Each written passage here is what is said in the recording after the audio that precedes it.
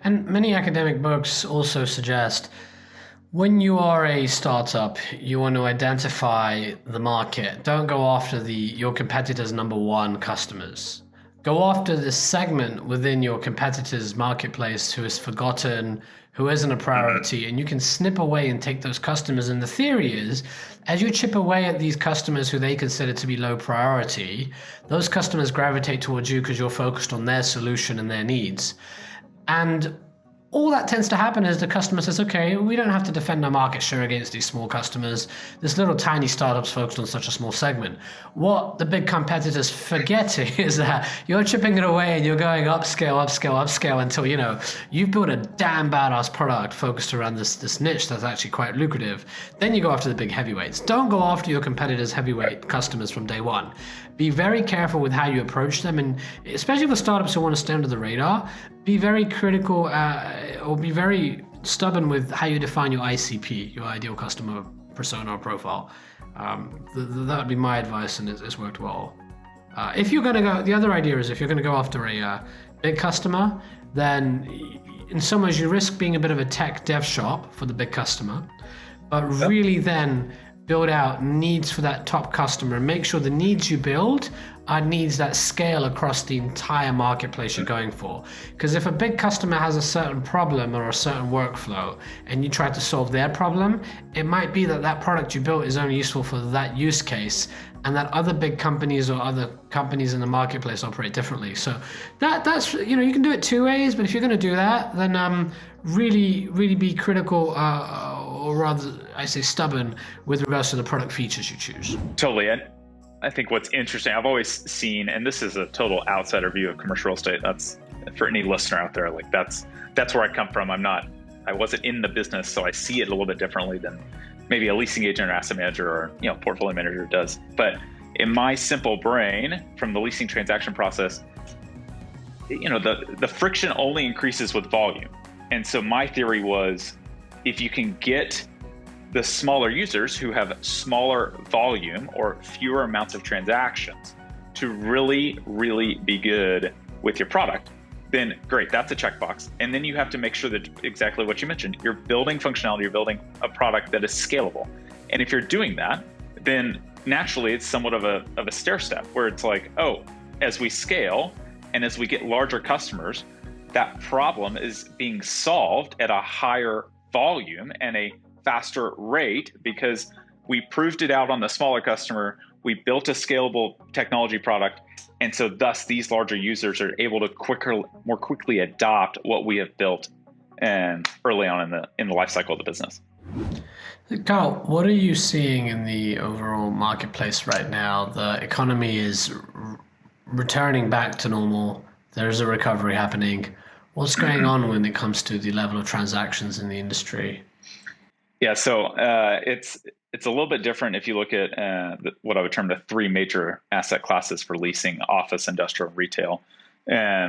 Industrial, for all the reasons that everyone's likely aware of at this point, is through the roof. I mean, companies are trading industrial properties like it's just hotcakes, which is pretty funny. And there's just tons of development. There's tons of activity on industrial all across the nation. Obviously, that has to do with the rise in e-commerce and retail sales increasing and all of those things. So is industrial frothy right now? Do you feel like people are overpaying and chasing what they perceive as a new hot asset class and the smart money's leaving, or not at all, and that you think it's a good theme for the future? I think it's a good theme for the future. It needs to be watched in the next 18 months.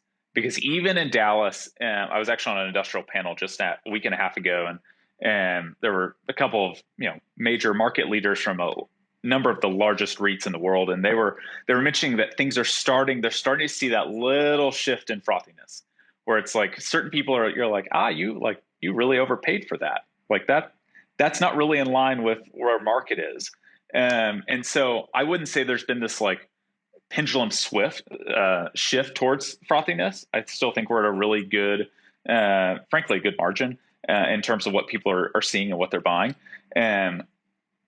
But they're starting to see a little bit of movement in that direction. So currently, no. Long term, yes, good prospects, but ultimately people need to be wise, kind of wise with the money. If you break down industrial, do you consider self-storage to be part of that, or do you consider that a separate asset class? And you're really referring to, the warehouse model. How would you describe industrial?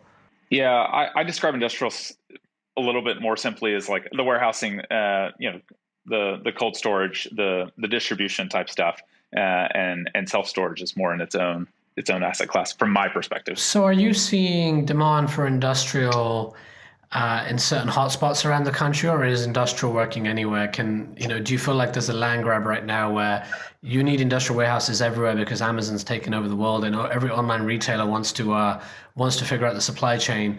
Or do you feel like there's certain core markets where it's really good and other core markets where it's a bad bet? We've seen it pretty much all over. I mean, anywhere from New Jersey, we've seen it in Boston, we've seen it in Atlanta, we've seen it in LA, we've seen it in Phoenix, we've seen it in Chicago. Obviously, we've seen it in Dallas. Amazingly, the only market that I really haven't seen it be actually that great is Houston.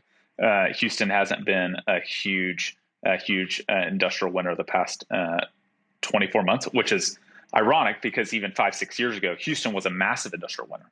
And that was before industrial was actually, as hot, obviously, or as recognizable as it is today. But yeah, I mean, being in Dallas, we're just a little bit spoiled. We have like a totally different view on things than other places around the country for a lot of different reasons. But yeah, industrial's been pretty hot just about all over. And where we've seen it, obviously the institutional money has gone in to the major metropolitan areas, but it's even gone into the secondary markets. I look at somewhere like a Charlotte or a Nashville. Those markets have also grown. Orlando, from an industrial perspective, has grown. There's just, the secondary markets that I wouldn't say typically qualify as your main industrial places have still gained a lot of traction. What's driving the demand for industrial and secondary markets? Is it the same thing that drives the demand in primary markets, or is it more nuanced? I would say it's a little bit more nuanced. Like what we've seen in Nashville is a lot of industrial development right around the airport. I mean, obviously the airport's, the huge driver because of, ability to get goods in and out, but it's a little bit cheaper. I mean, if you can't find something around Hartsfield in Atlanta, well, let's go look for something in Nashville. I mean, you're not that far away, and not to way oversimplify industrial, but in Nashville, you've also got Amazon's second or third headquarters is now moving there at some point. And so there's reasons these things are happening, but I would say the land is a little bit cheaper. It's a little bit easier to get in. The metropolitan areas, I mean, and I'll just give you the Dallas example.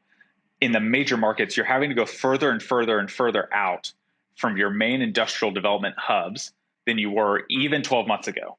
And so, that was a big discussion last week on the industrial panel I was on is, they're moving now, 30 minutes away from major metropolitan airports or 45 minutes away instead of 15, 20 minutes away in terms of kind of the timing. So they're just having to develop in different places. And Nashville, you're not having to do that. Maybe Orlando, you're not having to do that, et cetera. Any major innovations or disruptions you're seeing in the industrial space? Robotics, drones, better supply chain, logistics and tracking, anything you think is going to really change the game for people that are in the industrial asset class when it comes to technology? Yes, I mean, there's so much opportunity, and frankly, COVID has created a whole set of new opportunities for people to go launch startups. So anybody listening, quick plug, go launch a startup that solves a problem that you recognized in COVID, because it's a great opportunity to go do that. And from what we've seen, and I'll just kind of brag on one of the owners in the space that we've dealt with a number of times, but Prologis is so technologically advanced on how they deal and manage with their operation. And some of what I've always been a little bit intrigued by is industrial is by nature an efficient business. It has to be. That it's at its core. You're taking, basically good from one place to another and delivering it to a person. So industrial tenants, in my view, need great technology to be as efficient as humanly possible. And there are certain companies like Prologis that are frankly providing. Carl, does that mean that the industrial tenants are most forward-looking and are more receptive to technology then? Yes. Or are they slow to adopt? No, I would say obviously Amazon's the best test case in the world on this. Amazon took technology at their core, put it into their main business on distribution, and you can see what they've done. And are you seeing, when it comes to industrial, are you seeing more ground up development? Are you seeing repurposing of big box retail and other facilities and upgrading them, converting them, or are you seeing just more trading going on where industrial players are realizing great returns by selling it to new investors? What's driving the leasing activity? Lots of ground up development. I'll never forget, I had a call last April, so April 2020, in the height of the lockdown. And a friend of mine, they've got a lot of industrial around the country, and he said, we're building 20 more million feet. I was like, what? You're building? And he was like, yeah, we're building. We're going to ground up build 20 more million feet. And I was thinking, gosh, if you're doing that, there's 100 or 500 more people just like you that are probably thinking along the same lines. So lots of ground up development. Just to let Bluefield's doing the same. We're a partner. We're building 10 million square feet in Utah. It's just, we can't get enough of industrial. Correct. Which is, I mean, it's great. It's great for the market. I think what's really interesting is to see how and you mentioned it kind of in your options there, the repurposing of retail is going to be fascinating to me. I know there was a repurpose of a mall in Detroit that actually went into light industrial, kind of flex industrial distribution space. And I'm intrigued to see that grow. I think we're at the really early innings of that kind of repurposing. And that's going to be on a market by market basis. But I think there's a lot of opportunity. I think you're going to end up with a lot of space that needs to be utilized and should be utilized. You shouldn't just have empty buildings sitting out there, obviously. They should be utilized. And if you've got tenants that are willing to take the risk and occupy those assets and repurpose them for their needs, then I think there's no reason that shouldn't happen. So what's going on with retail? Oh, retail. Retail is just a totally different beast. Obviously, with COVID, you haven't had people out doing, the typical shopping or being in stores.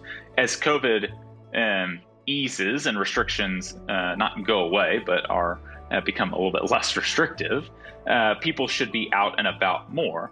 But I don't know how quickly it's going to return to whatever this normal is. I take a look at office and retail in a little bit of the same bucket, where we've seen office activity rise. We've also seen retail activity. And also, I'm in Dallas, so take my Dallas kind of facts and figures with a little bit grain of salt. It's not obviously comprehensive of the whole market. But in Dallas, office and retail have actually still been pretty popular. There's still been decent demand. Things are not, totally flatlined, totally dead.